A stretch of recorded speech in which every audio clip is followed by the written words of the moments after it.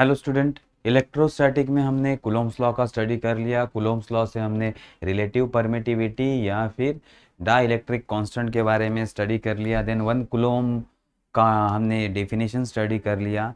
अब वही coulomb law को हमें स्टडी करना है, लेकिन वेक्टर फॉर्म में। इसमें स्टडी करना है वेक्टर फॉर्म में।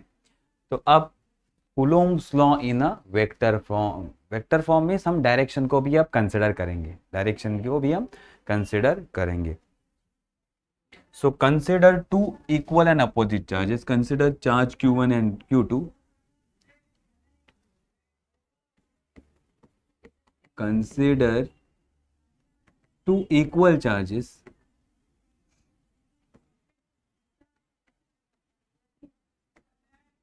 Q1 and Q2 separated by distance R12.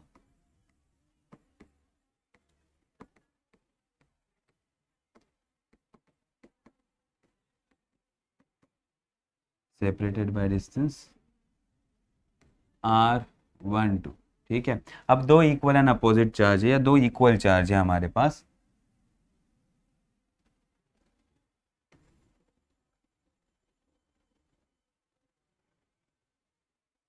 ये एक चार्ज है और यहाँ हमारा दूसरा चार्ज है।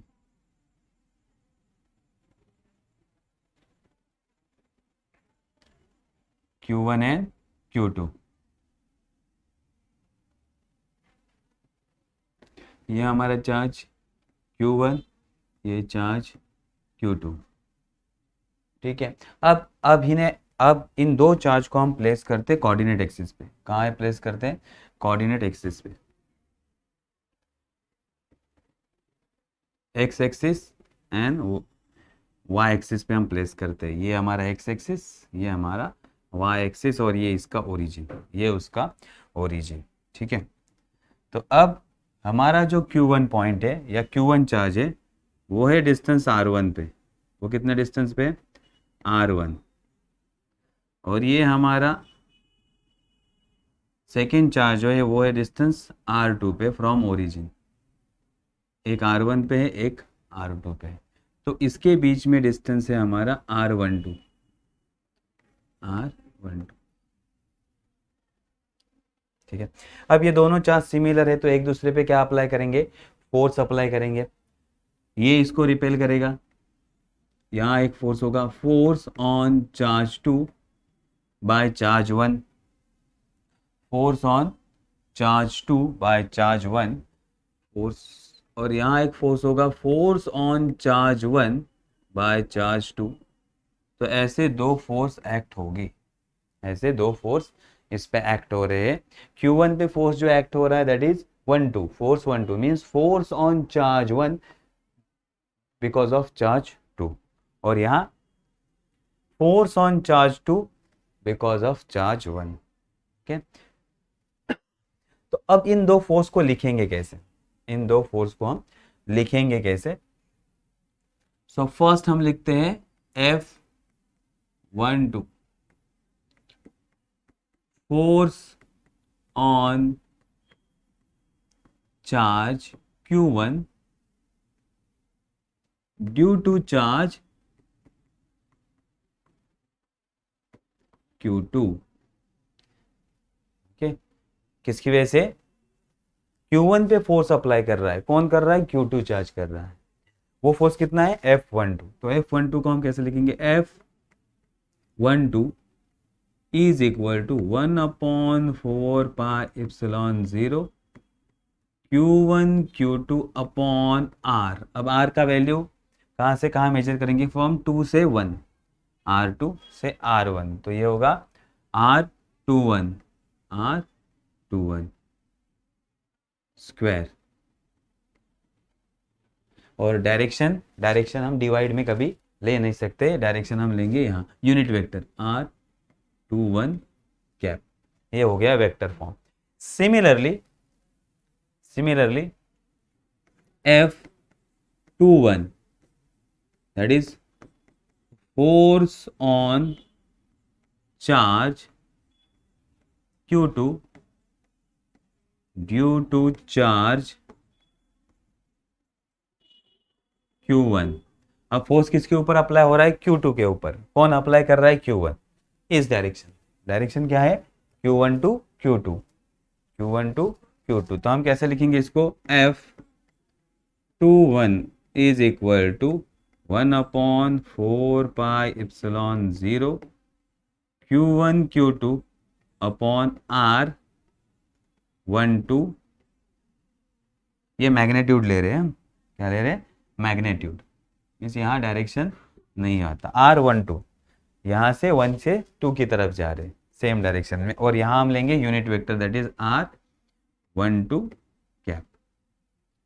अब इक्वेशन 1 और इक्वेशन 2 देखो क्या बता रहा है, एक फोर्स जा रहा है 2 to 1 और एक फोर्स जा रहा है 1 to 2।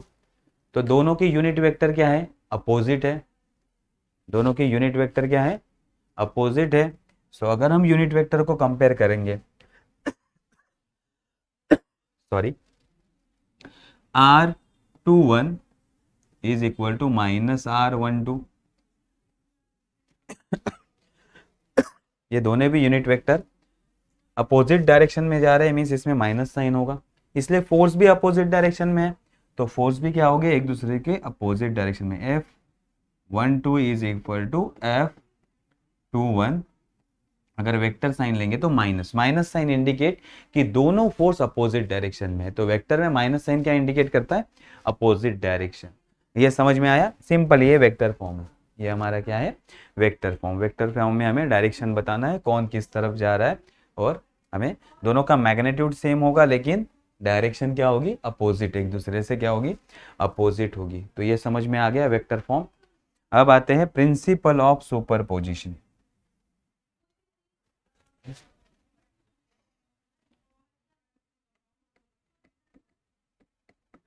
Principal of superposition.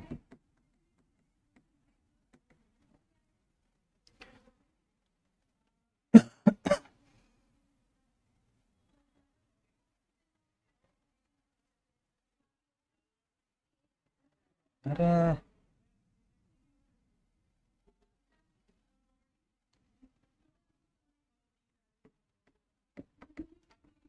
Principal of superposition.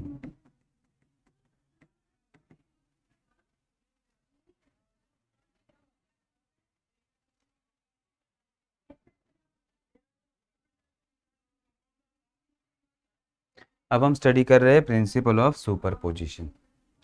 तो सुपरपोजिशन मीन्स पोजीशन से रिलेटेड कुछ ना कुछ हो रहा है, पोजीशन से रिलेटेड कुछ ना कुछ हो रहा है।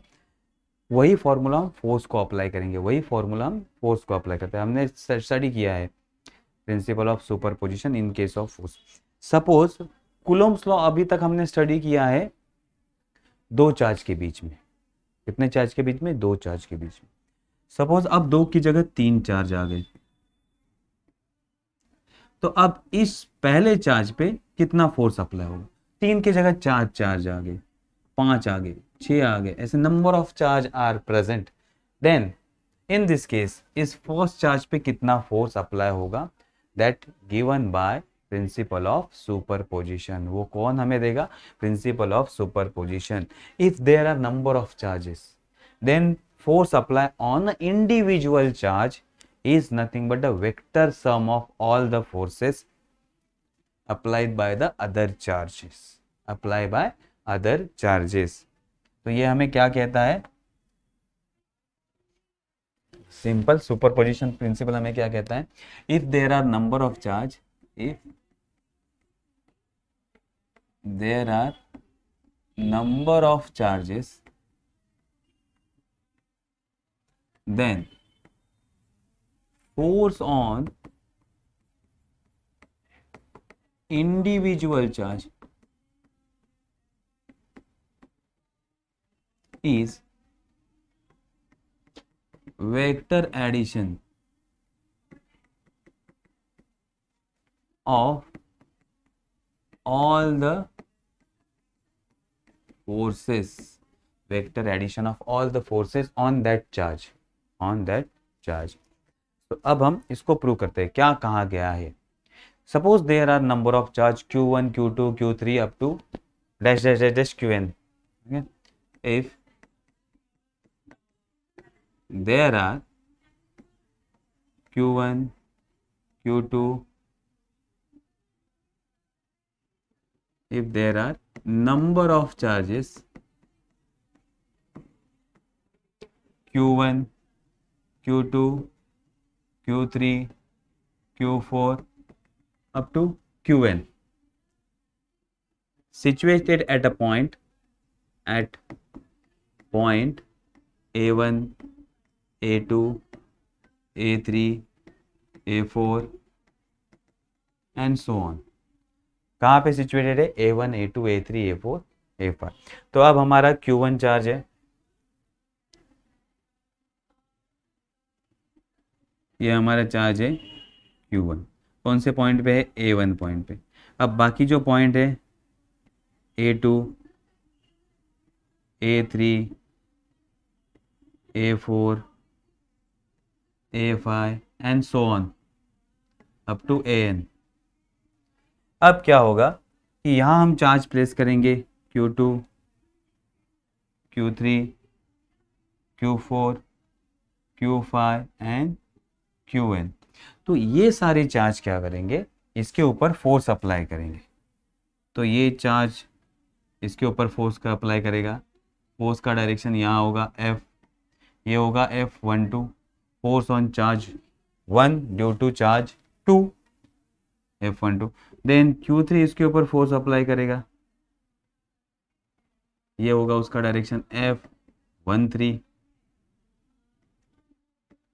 देन 4 इसके ऊपर फोर्स अप्लाई करेगा, ये होगा F14. 5 फिफ्थ चार्ज इसके ऊपर फोर्स अप्लाई करेगा, ये होगा F15. और ये n नंबर ऑफ चार्ज इसके ऊपर फोर्स अप्लाई करेगा F1n. सो टोटल फोर्स इसके ऊपर कितना अप्लाई हुआ? चार्ज 1 के ऊपर कितना फोर्स अप्लाई हुआ? That is F1 F2 F3 F3 means ये F12 F13 F14 F15. So total force on charge Q1 is given by total force उसके ऊपर कितना एक्ट कर रहा है, that is F1 is equal to F12 plus F13 plus F14 plus continue रहेगा ये up to F1n. अब ये सारे फॉर्मूले हमारे पास है. F12 का फॉर्मूला, फोर्स कैसे फाइंड करेंगे हम?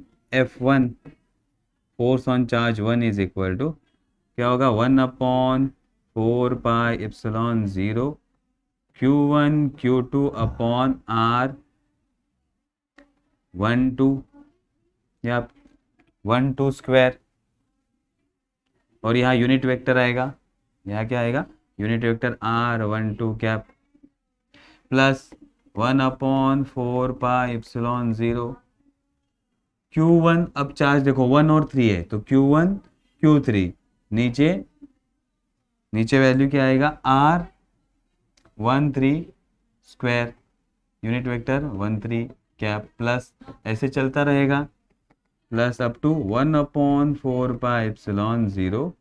अब लास्ट वाला Q1 Qn upon R1n square और R1n कैप. ठीक है, इस तरह से ये फोर्स अप्लाई होगा. टोटल फोर्स इसके ऊपर सारे फोर्स का एडिशन.